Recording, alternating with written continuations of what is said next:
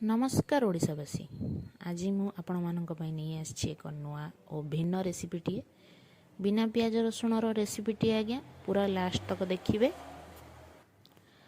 जमी कोबी आलू रसा थाए आज्ञा सेटा किंतु प्याज रसुण पड़ी थाए किंतु एटा होची कोबी आलू झोल कहि परिबे।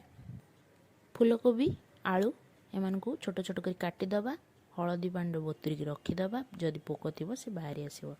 तापरे गोटे कड़ा नवा गरम करवा टिके तेल पकेबा, सेथिरे कोबी आ आलू कटा जाइथिबा धुआ जाइथिबा को पकेई दी भल भाबरे टिके लुण दी भाजी दबा। घोड़े की मझिरे मझिरे आमे चेक करथबा कि सिझिला ना नाही। सेम कड़ा रे दे दबा टिके तेल, टिके जीरा टी फुटी सारला पर सेथिरे दे दबा आमे दुईटी कटा होइथिबा टमाटो। टमाटो टिके भल भाबरे सिझिबा पई छाड़ दबा। जल्दी सिझि जिबा पई सेथिरे आमे ऐड करबा टिके लुण भल भाबरे गोलाई दबा एवं ढांकी दबा। मझिरे मझिरे टिके टिके चेक करथबे नले टमाटो टी तळाडू लागि थिबो सिझि नथिबो। टमाटो रु पानी बाहरी आस सारला परे सेथिरे आमे ऐड कर देबा किछि मसाला गुंड जो गुडा को होछि 1 टेबलस्पून लंका गुंड, 1 टेबलस्पून जीरा गुंड, 1 टेबलस्पून धनिया गुंड, 1 टेबलस्पून मोटी Kashmiri red chilli powder use करिछि। जदि आपण मानको बेसी राग दरकार, यूजुअली राग हुए नहीं केवल रंग देई थाए। जदि आपण मानको बेसी राग दरकार तो आपण राग लंका गुंड यूज करि परिबे। जेहेतु हम घर बेसी लंका खिया जाए नहीं से हिसाब से पका जाइछि। तापर आपण स्वाद अनुसार लुण पकेई देबे।